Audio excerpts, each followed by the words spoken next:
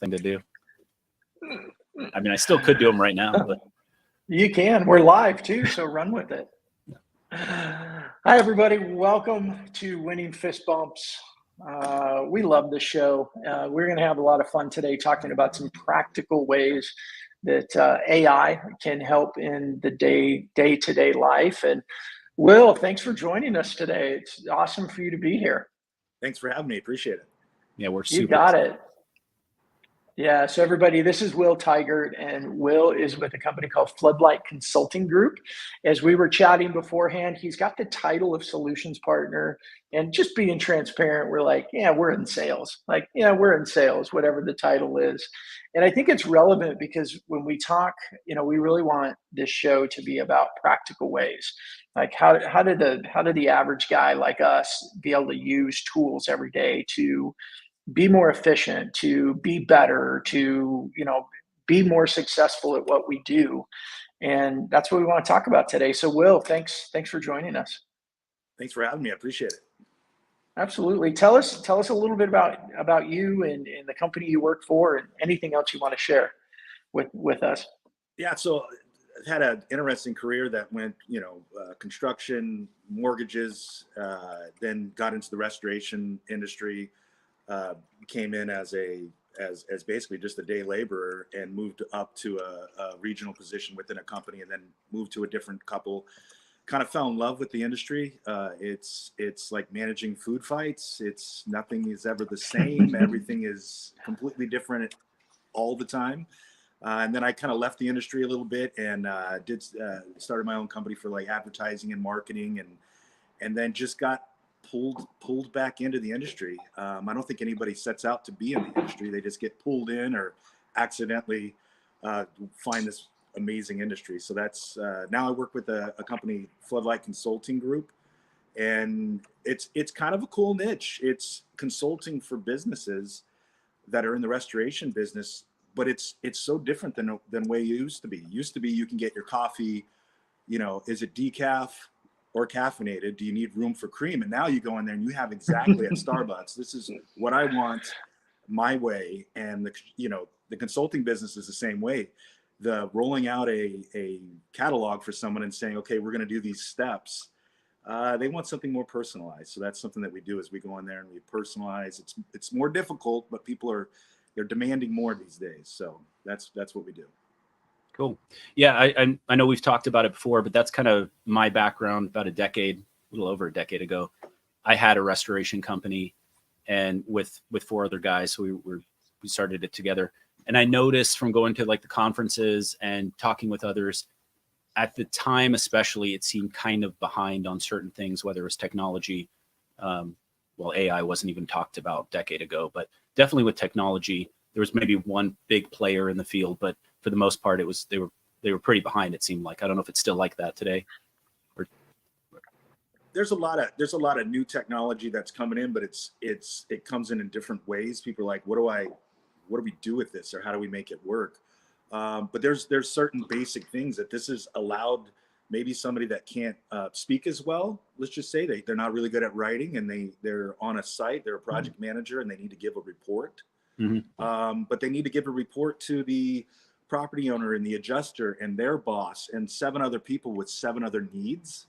And the way that technology is nowadays, you can go into a chat GTP or something and speak in your update and say, I want to send it to Mary, who's the property manager, and it will send something specific to them. And I want to send it to my team or vendors. And so I really feel like some of these basic tools, the industry is pulling in and starting to have, their technicians and their people start using this for better communication. Very cool. I do want to touch on, I know you guys, this isn't a social selling show, and Brandon's got his social selling show. So I'm not going to go deep on that. And it's definitely not, you need to be on LinkedIn and the importance of that.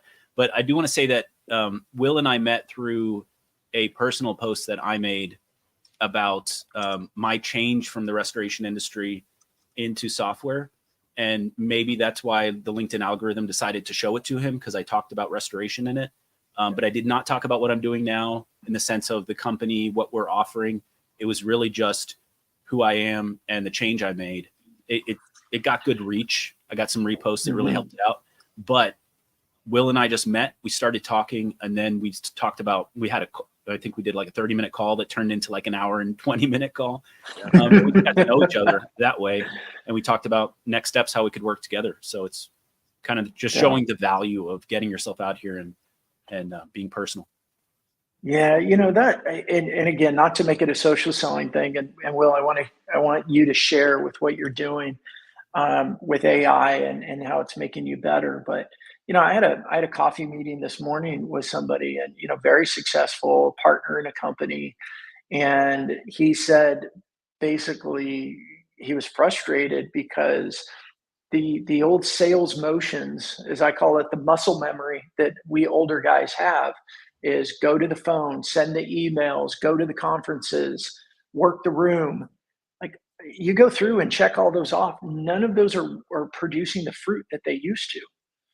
And when I asked him, he's been in his role for, this company for 25 plus years. And I said, do you still love what you do? And he goes, no, not really. And I said, well, why not? And it's because those muscle memories, as we go to do them, they're not producing, and it's making it more difficult and challenging and frustrating.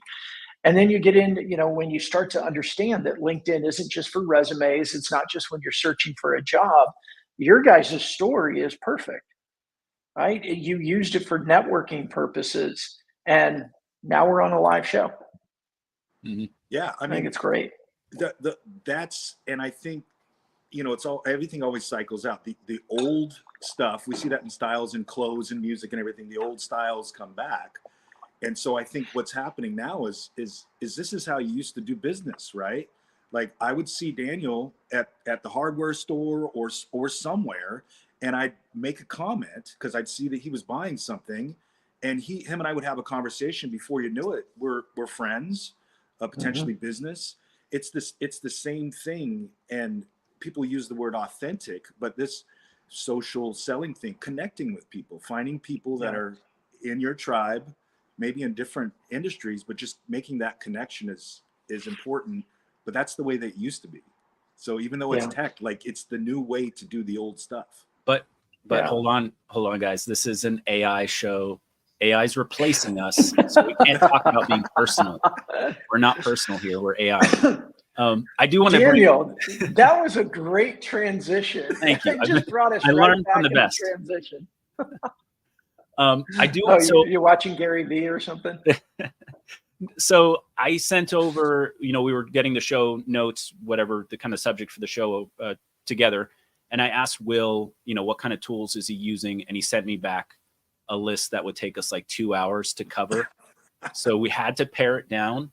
So I think it'd be cool to kind of go into some of those tools that you use, maybe some of your favorites, so we don't take up the whole time. Yeah. But you want to talk about any tools that you're really enjoying to use in your day-to-day? Yeah. My favorite tool that I use is basically, we have this business opportunity audit, and it's 100 questions that are weighted, where a business can come in the restoration and say, I have this in place, I have that in place. It's kind of like doing a blood test at a doctor. It's like finding out all your stuff, and it will come out and it will spit out a grade. This is where you're at. And then I can run that through our AI database and say, okay, here's kind of a prescription for you. It's a powerful tool, but when I first started using this tool, it was like when you get told, by the way, your A1C is high and your blood pressure is high as well. That feeling you have in the doctor's office of like, oh man, the tools are great, but then I'm having to follow up with, okay, let's make sure that this is going to land hard. So how do you make it land a little bit softer? So I will actually use the AI who helped me create this test, and then looks at the test, and then what email should I be using them to give this thing to that's going to say, it's going to be all right. We're going to be okay. Wow. These are things that are, so it's allowed me to now get to the point where you can, like I said, take the DNA of a company, run it through and feel confident with the database that it's going against as far as what you should be doing, and then delivering that message the way that Will Tygart can't necessarily send it that way, So that's my favorite tool. Will, do you mind because I know there's a lot of people with various stages of engaging with AI.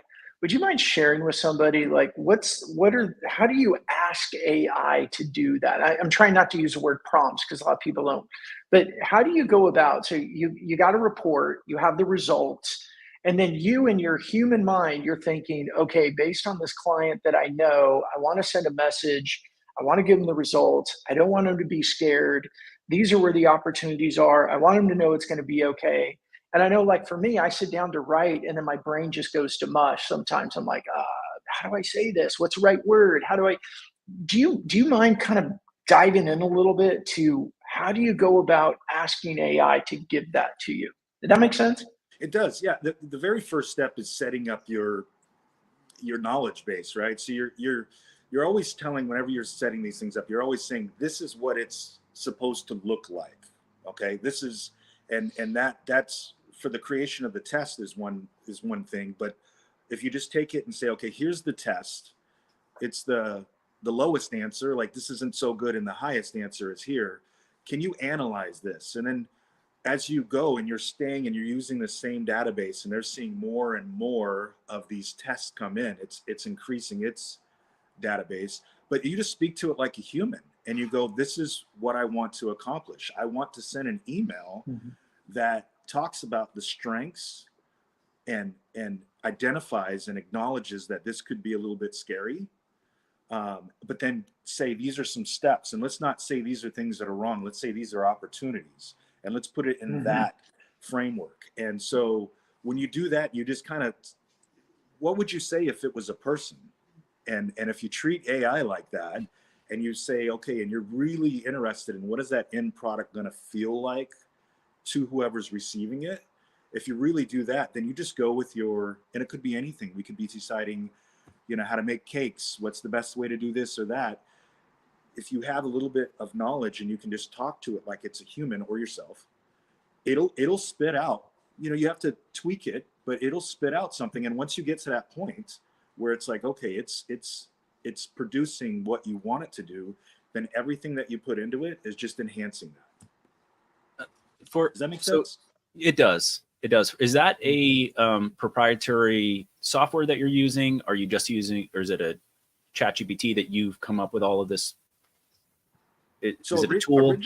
Originally it was Claude AI, because Claude was, at the time, Claude was the only one that could take big files. Okay. So you could take your LinkedIn advertising, download it in a spreadsheet, upload it into Claude, and say, hey, what should I be posting? Analyze all this information.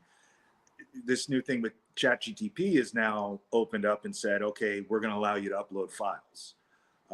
So between Claude and ChatGTP is what I pretty much use. Now, sometimes, again, this stuff is happening so fast.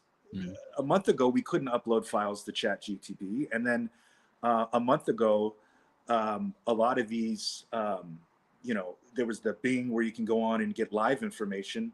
Like that's not available for certain ones. So I would use Claude and say, hey, Claude, I have ChatGTP that can go online.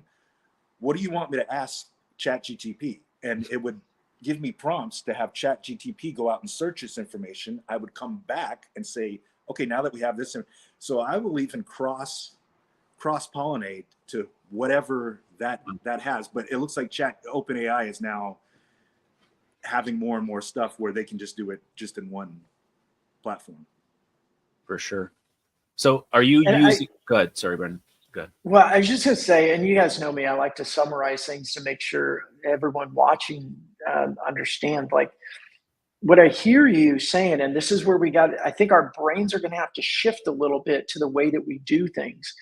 By using AI, it's not, what do I want to do? It's how do I want it to be, right? So you're saying, I want them to receive, like we have to explain to AI, yes, I want to write an email. But if you just say, I need to write an email to this person, will you write it for me? Who knows what you're going to get, right? But you're saying, I want to write an email so that they feel this way, that emphasizes these things. So we just got to go a little bit deeper, I think, in our own brains is what I'm hearing you say, and really explain to it the goal not just, I need an email. Is that a good summary of what you said, Will? It is. In fact, a good example of that is when I get done with a meeting, and I think next let's talk a little bit about meeting AIs that are out there now. But when I get done with a meeting, I will explain to it, okay, so I am going to enter in this update into my CRM, which my bosses who I rely on to give me information and feedback are going to read this. So please present that. These are what's important to them. So then I'll be walking around talking about a meeting I just had with all the information, and I press go, and it gives me this format that I copy and paste into my CRM. That's exactly the way that I want my bosses to be able to see it, so they can give me guidance. And these are things that humans should do. Think of the end in mind. How do you want it to land with the user? What do you want to get from this human that you're sending it to? Yeah, I sound like an AI now, but like if you think about that and say, this is what I would like, and then you prompt it, this is okay, well, here's the information. It will put it in that format. And again, is there that's really cool. Is there a tool that we could kind of put out there that you use for that? Or again, is this kind of just ChatGPT or Claude? ChatGPT, but what I will do is there's a Boomerang. I don't know if anybody knows that, but in Gmail, there's this thing Boomerang. And one of the things that it does is it will look at all these things, your tone of voice, like how complicated it is. And it will tell you a score of how likely that this email is to come back to you. Like, are they going to reply to this thing or not? And I will start it in ChatGPT. I will paste it into Gmail. I will get the scores on that. And then I will take the scores and go back and tell ChatGPT, hey, look, this is what Boomerang said. And they said, oh, looks like I need to be more polite. Looks like I need to be shorter on the, and we'll go back and forth and get the perfect email that's likely to be replied. So this is a thing where you've got to be able, you don't have to, but just know that you can cross-pollinate these tools, these things that are created for specific things, and put them through these filters, I guess. Man, Will, I love what you're saying, and for everybody, and you know, I think some people are going to be like, oh, it sounds like a lot of work. You're telling me to go back and forth and back and forth. Yeah, but if you sat down, I mean, I heard you say a couple things. If you just sat down and wrote that email, how many times would you write it, edit, rethink it? Oh, did I do this enough? Like back and forth. I think that's going to take a lot more time. And the other thing you said a little bit ago, and the sales guy and the sales leader in me was like, oh my gosh, this is great. You talked about walking out of a meeting, speaking into your phone, and having notes go into CRM. Like, isn't that one of the biggest complaints between salespeople and sales leaders, or C-suite and salespeople, is I don't have time to deal with the CRM. I don't have time for this. Do you want me selling, or do you want me writing notes? And now you're going to have it cleaned up, done, ready, and right into CRM. I just, you're saying so much great things. I think, hopefully people are listening because it's practical. And and if it's difficult to do the oh, well, my CRM, this or that, well, then you just do it on a chat. And as you're going around, as soon as you left the office, you're so excited because you had this great meeting. Let's get all that information in. It's a Tuesday. And Friday, when you do your CRM, just pull up all your chat stuff and copy and paste it into your CRM. But in the moment, got to capture that. In the moment, how are you feeling? What's the next steps? What do we need to do for this person? And I feel like being able to do that, if you were to type it in your car, and you'd lose momentum. But to just spend 2 minutes and do that, and then you're off and running to the next one. That is really That's cool. great. And so these are mainly these are in-person meetings to be able to do that, to capture it after the in-person meetings, or it could be anything. I actually, when I walk my dog and I get an idea, I have the ChatGPT on the phone. I press text to speech, and I just start speaking for 8 minutes because I just want to. And can you just summarize what I just said? Can you just tell me what I just said? You know, that's perfect. I had a question about how you are using a AI as far as with the client. Is that something that you're actually implementing into their system, or is this more you using it internally with the things you're doing? We use it internally. How much secret sauce you give away? Oh no, it's the more you give, then the more information you come back. Someone's like, hey, tweak it this way. Mm-hmm. So we use like Fathom is one of the things. A lot of the stuff, almost all the consulting we do is remote. So we will have a tool, and there's so many tools out there that will record your conversation that you're having, and then the AI will go through and break it down to specific subjects that were brought up, action points, who said what are the next things, and then it will provide a report. So the great thing about that report is then we can then share it with everyone. We can be in the moment instead of writing notes. We can be in the moment. We can think about asking the right stuff, knowing that AI is going to capture it. But then when you get done with that, you start having a conversation, and all of these conversations you put into the database and then ask AI, okay, so give me a summary so far. We've been working with them for 3 months and they're seeing this and this and that. What do you think is some things based on, the tools that we have or the processes? What are the next steps? And so it's fantastic to be able to take all of that stuff, put it into a database, and then pull kind of what's our recipe right now based off of that. We haven't cross-pollinated, because the lucky thing about being a consultant is that you get to speak to all these different restoration guys that are they're in different situations, every last one of them. So when you learn something or see something, oh, that's a good thing that we can implement over here. So does that answer your question? It does. And I also had a question about the different pieces of the operations that you help with. Is it kind of across the board, everything they're doing from operational to sales and marketing, all the pieces, or where do you guys kind of specialize in? And you have to do that. And that's the hardest thing is someone goes, well, everybody wants more sales. So that's the first thing they come to us and they're like, hey, you guys are the commercial sales guy, teach us how to sell. And it's like, well, you've got to have your accounts receivables. You have to do it a certain way. If you want to scale to 3 million, that's a completely different way than to 10 million and then to 25. So we go through there and make sure everybody's on the same team.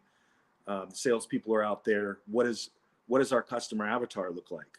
Mm-hmm. What are we selling and what do we want? Well, it seems like this is a good customer, but we can't get paid for 90 days from them, so it hurts us financially. So there's these different things that we'll go into, and that's where it's so. I mean, we're pretty smart. We know this stuff, but how it connects, there's so many levels of details as far as what does the staff look like? Do you get hurricanes or not? Do you do mainly construction or not? Well, what does all that mean? That's mathematically, that's tough. You throw it into an AI and go, what does this mean? And it helps you get to a different context to be able to give better advice. For sure. Yeah. Hey, yeah, thanks, Nor. As I say, I wanted to bring this up, and thanks for adding it, Tom. I know Tom's talked a lot about this. For everybody, it's not about just getting tasks done. It's about getting better outcomes. It's about being more efficient. It's about using the AI to do the things AI does well for us, not just replacing us. And the AI would not be able to give Will the outcomes that he's getting unless Will is thinking about it and saying, okay, this person was really nervous taking the test because they were really concerned that it was going to overwhelm them with discovering their own holes. I want to make sure that we're sensitive to that. Like, the human still has to be involved. And I think there's a lot of people out there that just go, AI, oh, it's just going to, get rid of us and we're not going to be human. No, I mean, some people are going to do that, of course. And I think we're all going to be able to sniff that out. Like, our human spam filters are going to go, AI, AI, AI, and we'll be able to ignore it. But that's Tom, thanks for adding that, because I think that's really important of what Will's talking about. And we got to make sure that people are hearing that and not missing it. Yeah, that's a good point. That when you talk about, we're talking about tools and stuff, but when you're talking about that outreach, that social, here's a target that I want to engage with. How do you do it without being awkward? How do you do it with being natural? How do you do it with being a human? And some of these tools will help you with that. But you have to, again, like what Tom said, you have to think about, like, how is this going to land? You know, Mm-hmm. what's it like being sold to by Will Tygart? Like, what's it like being, you know, a friend of, well, you know, you think about like, what's it like? How does this land with other people? And then you use this tool that helps you. I can't write like, Yeah. I can't go to school for all this stuff. So I think, yeah, thinking of, this all goes back to all the old stuff, right? The end in mind. Mm-hmm. Think of the end in mind and how you want it to handle. Go back, use AI to get you there. Mm-hmm. Yeah, it reminds me too of, and I think Bob's comment on here, Nor, if you want to bring that up. And I had a comment. So I did a post the other day that was a video of the fist bump list curation feature, and somebody commented it, and it's a fair comment, but I think he kind of missed the point, in my opinion. He said, "Love the concept of the list curation tool, saves you a bunch of time, but I'm not, boo on the AI commenting feature because," and it was basically, if you're a salesperson and you can't write a comment, then you shouldn't be in sales or something along those lines. And at the core of that, I agree. But what about people that are just getting started? What about people that are nervous? Like, if we could look at this more like training wheels instead of, thinking of this in hyperbole and going, oh, we're just going to go all AI. I think if we look at it that way, then we are getting into things about helping everything that sales touches. We're helping salespeople think a little bit more. It's almost like, I see it as having that sales manager with them everywhere they go, which we can't do. But when we first start with salespeople, what do? We shadow them, we coach them, we do mocks, mock trials and everything. And I think, some of what you're saying from AI helps you as a seasoned sales guy be better and more efficient at what you do. But also for the beginners, it's going to help coach them, Yeah. protect them. And it puts it in you can take something. Good to Great is a book that we all probably have heard of, but Good to Great is a book that I wanted to help it's a person that was going to be in a sales manager role. And the advice I gave was, well, this is a good book for you. I went to AI and I said, hey, can you take Good to Great? There is a person, and this is what they're facing. They're coming up through this industry, and they're going to be a salesperson, and this is their personality. They're in your face, kind of blunt, straightforward. I think they might be bringing on people with different personalities. Can you use Good to Great and bring it in with the restoration and this information and craft an email that I can help share it with her? And it did. It crafted a thing and said, as a sales manager, you're this, your personality is this, you're that. And it referenced a bunch of quotes and things from Good to Great and put it into the context of record. So what is that? So what are we talking about now? We're talking about, well, as a sales guy, you should know. It's like, yeah, but I'm pulling in this thoughtful thing that I want to share and put it in the right context. That's what AI does. Can do. Brandon's about to go upload How to Influence Friends. And what is it? I always forget. I always get it wrong. Influence people. I'm going to upload it into our knowledge base for the 20 company 20. Yeah. Yeah. If you have something like Simon Sinek, if you have something that likes Simon Sinek and that's your thing, Daniel, you love Simon Sinek, so you just want to work with people with Simon Sinek. You start interacting with people and you've uploaded Simon Sinek stuff, you're going to speak to them in Simon Sinek type language. And how cool is that? Oh, totally. Yeah. Oh, and I'm already working on that with not to promote, but with 20. Like, I really have 5 key books that over my career, I always go back to a few key things in each one of those books that have really influenced me. And I talk about those things in different areas. Like, I reference them all the time. So I'm going to go feed my 20 on about those books and why, not just, oh, I read this book. It's like, hey, this book was so important to me because, and this is the way that I used it throughout my career. This is the way I like to talk about it.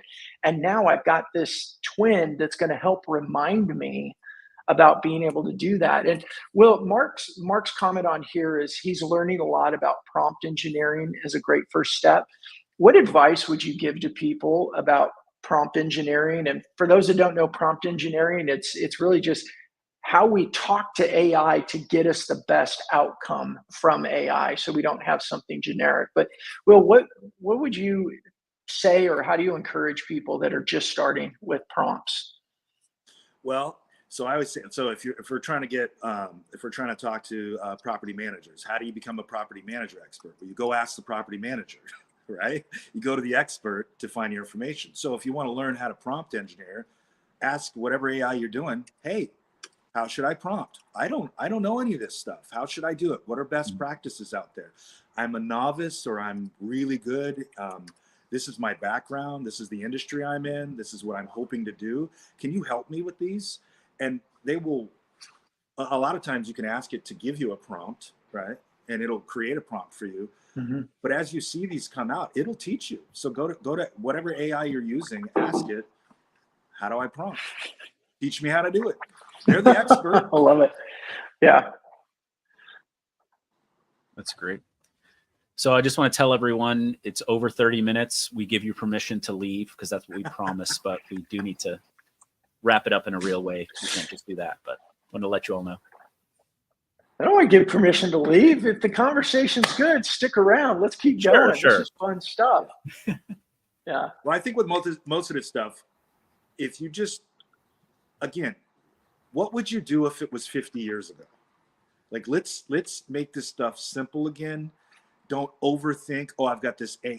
I've got this thing. I've got this tech, all this stuff. It's like, settle down. Be a human. Take all of this technology off.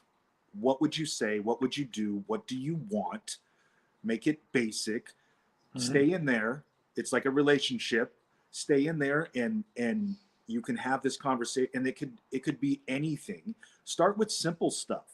Ask it, here's my diet. What do you suggest? I mean, I have this thing, I have this whoop thing. I don't want to ask that question. Well, so I have this whoop, and what it does is it does all this biometric stuff, and I've noticed that my heart rate variation has been great the last 4 days. So I asked it, what's going on? And it has an AI built into it that says, well, it looks like you've been going to bed at this time, but it also looks like you've been doing walks. The ellipticals make your blah, blah.